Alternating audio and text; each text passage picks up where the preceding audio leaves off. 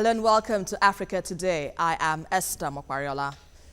At a time when some of the world's biggest problems largely boils down to lack of equity and equality, it is now increasingly difficult to become a woman than anything else. Although women continue to contribute to social, economic and political development, events show that progress towards gender parity has slowed down in Africa and across the globe in recent years. On this special episode of Africa Today, I will be having exclusive interview with a gender advocate and a career strategist after this report. Welcome on board.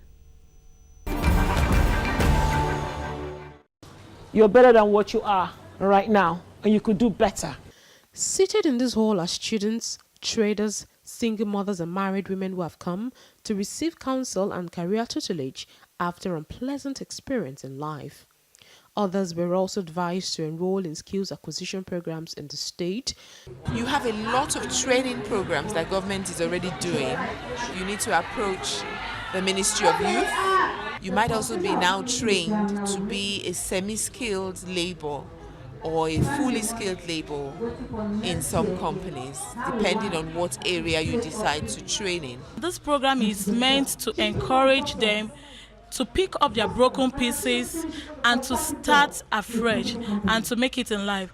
We are encouraging them that they can come back to school and be who they want to become, and they can also pick up a career, a skill acquisition.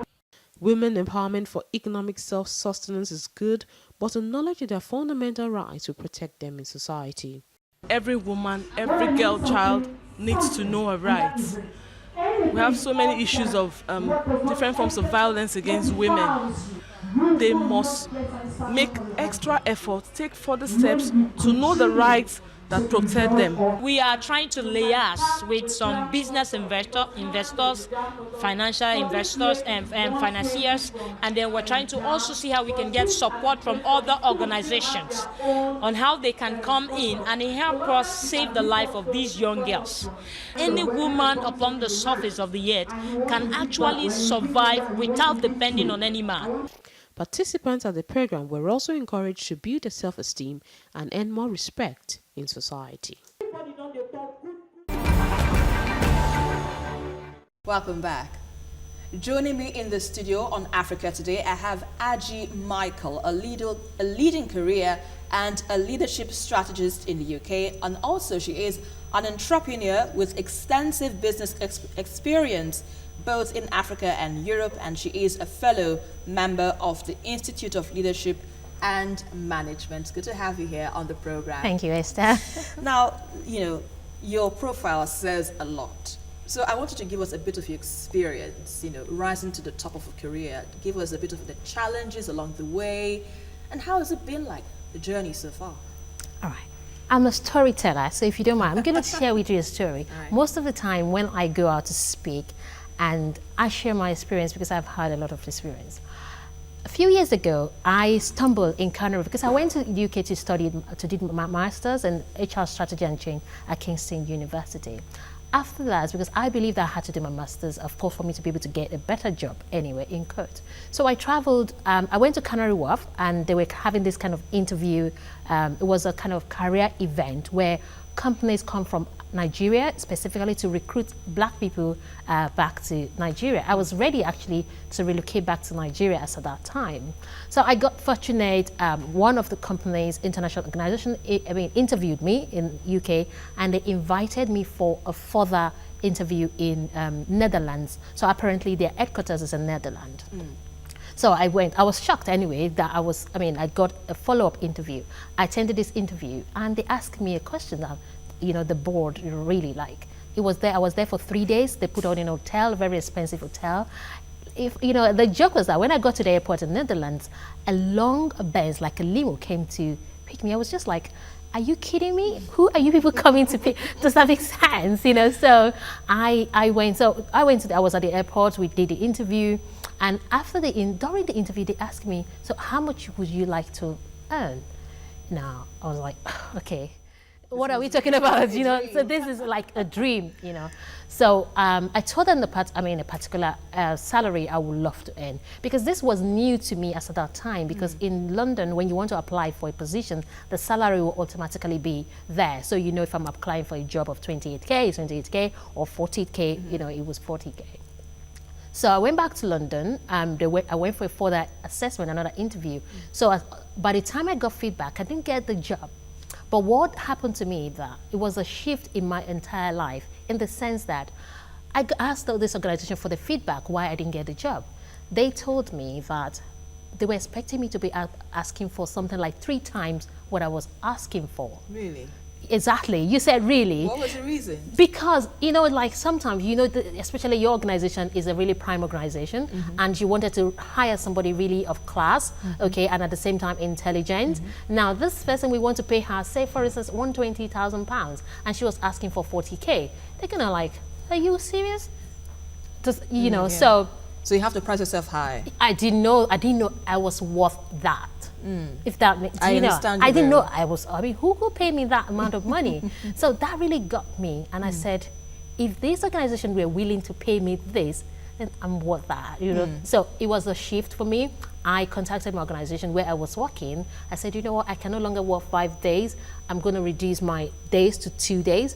The remaining 3 days, I want to work on this project. So I went on what I call Project Life. And hence the story, you know, from 5-figure, 6-figure and stuff like that. A lot of people know me that she earns 6-figure salary. So it's a lot of work and determination and perseverance. I soaked myself into kind of like a lot of books, you know, change the whole outlook. And at the same time, it was a journey for me, hence the reason why I'm sure we're going to come to the book. Yeah. I wrote the book because the book is more about me, really, and at the same time, it's about anyone who is actually willing to grow, to move from what is the norm to standing out. Really, really interesting there. But let me quickly come to a social enterprise that you founded. I think is a Savvy Woman Circle, which is to help women entrepreneur in early stages of business. Could you tell us what really, you know, gave you that drive to found this social enterprise? Okay, so I just told you about me moving from, you know, how the journey to me getting into the career ladder.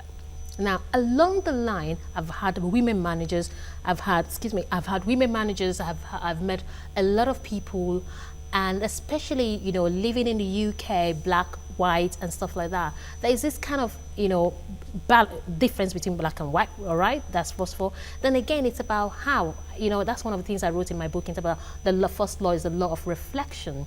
So I realized that women especially, what we call the glass ceiling, okay, is a myth. It doesn't really exist. So it's about the mind. When you call the mind, what do you see with your mind? If you say this is some years ago, like we have the iPhone, we never really used to have the iPhone. We had these not and it was like a hint thing. Now we have my son has a phone. All right, we never knew this existed. But the thing was that it's been in existence, but we've never discovered it. And this is why I don't talk about mindset. Mindset is your mind is set. That is it. Talking about Savvy Women Circle, a lot of women have a set mind about what they can do, who they are, and what they are supposed to be doing. For instance, now they will say, some people frown. I remember many years ago, I wanted to buy a car. My friend told me, Aji, you can't buy a car. If you buy a car, you will not get a man to marry you. Now, you can see this kind of, and you know what this mindset about women is that it's not their fault, but it's because this is what's been passed down from one generation to another. And you know what? It becomes a way of life. It becomes a lifestyle. Coming back to the social enterprise about Savvy Women Circles, the meaning of savvy, the dictionary definition of savvy means someone who is aware, someone who knows, who understands. Now, what does understand what? Who knows who she is, what she deserves, and where she's going to. And that's the community. Right? So that women begin to see themselves, not as the world see them, but it's how you see yourself. If I tell you I'm selling this magazine for you for 10,000 Naira, for instance, that's what I call it. So what price do you place on yourself? That's the beginning of the education. So that's Savvy Women Circle, is to bring about this movement of women who know who they are, not by reason of the marriage, not by where they live, not by virtue of where they live, not by, regardless of what they do, where they are. That's what's having. So more or less to change the perception that women have over the years, so that we can be a front runner, of any society. I really like that point. You are a savvy one. And I know I am. But what has been the response generally from the women folk, seeing that you've come up with this kind of initiative to help them? It's not been easy, but I've been going on this journey with ease, and it's been fun. I say to life is fun because what with this movement, on all is a change of thinking. Sometimes when I do some Facebook Live, when I do some videos, I get a lot of responses coming back. I'm doing a series this September where I talk about life without the drama. There's a lot of drama, we've been wired to think that, marriage is not easy. If you want to get, marriage is not easy. Why is marriage not easy? So we've been taught that marriage is not easy. So when somebody's going to getting married, what they have in their head is marriage is not easy, okay? We've been told that men cheat. So a lot of people, even before they marry, all right, they have it at the back of their mind, my husband has to cheat. So a lot of women actually live in abusive marriage because, what's the problem? You even hear something like, your husband, as long is he not coming home? As long as he comes home, does he come on weekend? So people's expectation of themselves is really, really low. The journey so far, it's not been easy, but we're making progress. All right, let me hold your thought then for now, Aji Michael. We need to go on a quick break. You're watching Africa Today, and we've been looking at gender equality and women empowerment in Africa. Back, well, I still have with me in the studio Aji Michael, a leading career and leadership strategist in the UK, and we've been talking about the women, gender empowerment, women empowerment, and of course, gender equality in Africa. Well, let's look at the issue of gender equality in Africa today. How would you assess the way it has grown, or do you think it has ever grown? It should not be fair for me to say we've not made progress. We've made incredible progress, all right? But it's not enough. And it's not just Nigeria. I think it's all over the world. We've made progress. We've had a lot of, women presidents now. It never happened before, So we've had women in the Senate and chief execs on the board. But women can do more. But when we look at the pipeline, for instance, in the workforce, how many women do we have in the pipeline? Because when we have some chief execs, we need to have some more women as senior managers who actually getting ready to actually go in there. So that is not really happening, and across board. And especially in Nigeria, where 52% are actually women. All right, when we look at even organizations, let's look at the industries, for instance, the retail industry, the manufacturing industry. How many women are we seeing out there now? Very few. What are we doing? So now we need to now do more than what we used to do before. There's something, one of my mentors used to say, what got you here cannot take you there. Okay, so what got us where we are now is not actually enough to take us where we want to go now. We are in a different, environment from where we used to be. So what next? That's why we're starting what we call revolutionary thinking. Revolutionary thinking, I like that thought. Tell us a bit about that. We are launching a conference in November November on the 25th, Saturday, and it's about revolutionary thinking, shaping the future for Nigeria. We realized that we have a lot of natural resources, no doubt about that, name them. But it's about how we ourselves, the country especially, use women as a leverage to reshape the thinking of Nigeria, of where we're going. Why women? I mentioned earlier on, we have 52% of the population. When we look at the home especially, children, they fear the father, but they listen to the mom. So why not use that advantage? Women, they are nurturers. So that's why we're launching this campaign as well, which is after the conference, we're launching the She Revolutionized campaign, where women in politics, in business, in finance, in education, in healthcare, in fashion, media, social media, how can women actually revolutionize these industries to favor where Nigeria is going? And this campaign, I understand, it's going to hold in Lagos, but is it all about talk, because, you know, we have lots of campaigns, we have lots of conferences that talks about women taking the front seat, so, you know, away from the norm over the years. So what exactly is different from this? Are we seeing more of action than just talk? Revolutionary thinking does not happen in a day. So that the conference is just to stir the conversation. We have Obiose Kwesili. She is the former Minister of Education and former Vice President of the World Bank. She's chairing this conference, starting this conversation. We have people like Giant of Africa, with this Mrs. Ogunlesi, Adenike Ogunlesi, the owner of Rough and Tumble, coming as well, looking at the industry in terms of how can entrepreneurship support Nigeria to move Nigeria to the next level. Now, that is to stir the conversation. And the same way, that's why we're going to be launching the campaign, She Revolutionarized. We will have global champions who are going to be the, image of the revolutionary. We will have hubs all over Nigeria. It's not a Lagos affair. The fact that we have the conference in Lagos doesn't mean it's not a Lagos affair or Abuja affair. We are going to all over the states of the countries to have local hubs. We will go to the villages, we'll go to the schools, to the market, and explain what we mean by revolutionize to the market woman. They understand. Let's say, for instance, now, sometimes I go to the shops, people hardly say please, people hardly say thank you. By actually learning how to use the word courtesy, that's revolutionary thinking. The fact that you pay for a product, all right, when you go to the shop, pay for a product, you know, you say, oh, thank you. Simple courtesy, how we treat ourselves, that's revolutionary thinking. When we make those baby steps, for instance now, a lot of people we know, because I work as a consultant in the healthcare industry in the UK, and we know that 90% of what the government pay for in the emergency unit could actually be treated at home, which they call self-care. Now, a baby steps in primary care, for instance, how can we revolutionize that industry? We already have experts who actually on ground and said, we want to support you in this. We'll be talking to organizations. We will be using Facebook Live to be changing the image of how people perceive themselves, how people perceive Africa, and it's going to go viral.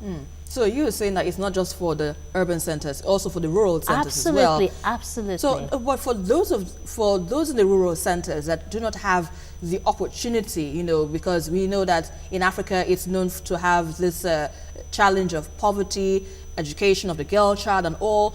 For these ones that might have the dream that you speak of, which seems so lofty, kind of, how can they tap into this opportunity that, well, might be a challenge for them?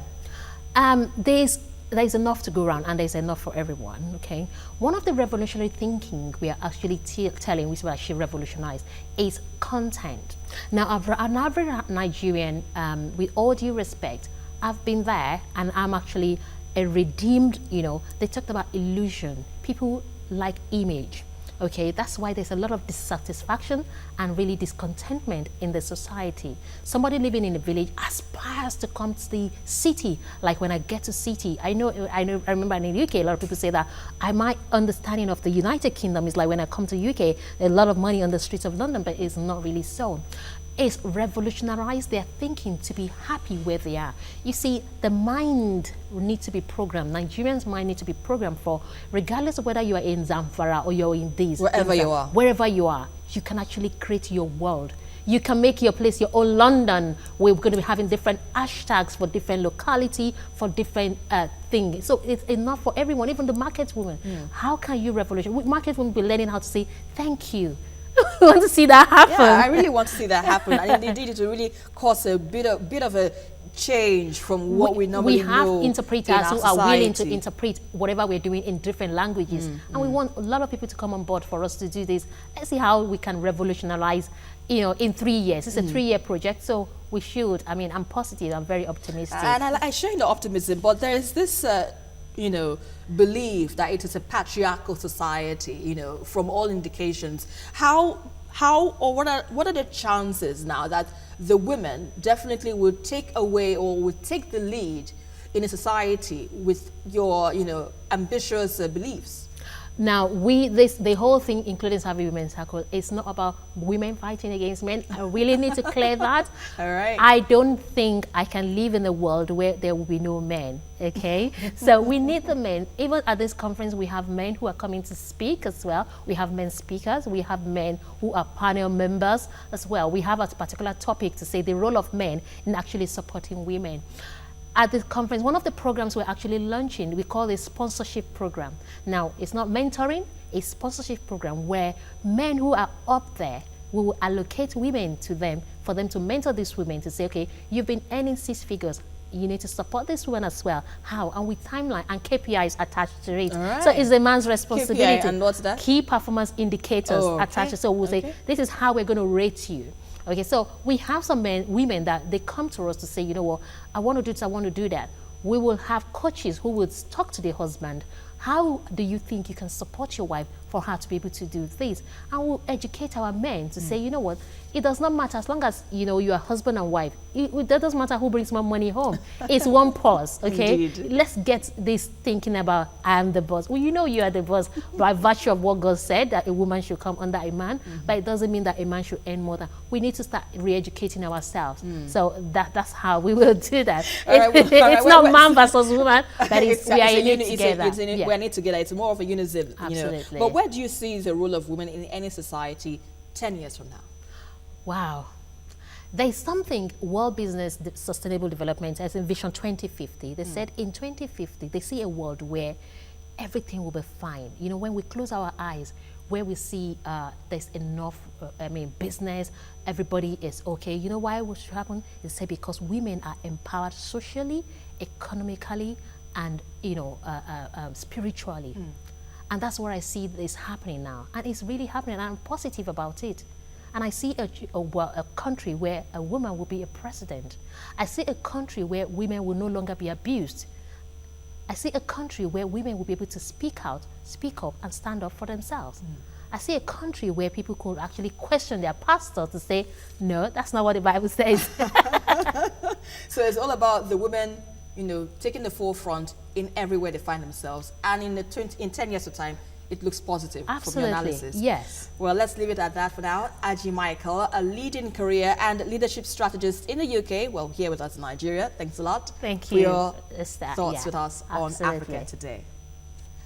Well, in a society where girls are taught to shrink themselves, ladies are inspired to compete with men, and women are forced to limit their ambitions. With the existing gender gap driven by pay disparity and social inequality wouldn't close up entirely until 2186. While the next 170 years is a long wait, fixing the pieces of the puzzle would include challenging cultural bias and taking consistent actions to ensure that gender equality is of topmost priority in an environment where everyone can thrive. And that is our package for today. But don't forget to join the conversation as usual on Twitter at TVC News NG. And also follow me for updates around Africa at Esther TVC News. Until the next one, I am Esther Makwariola. And always remember, change starts with you. Thank you.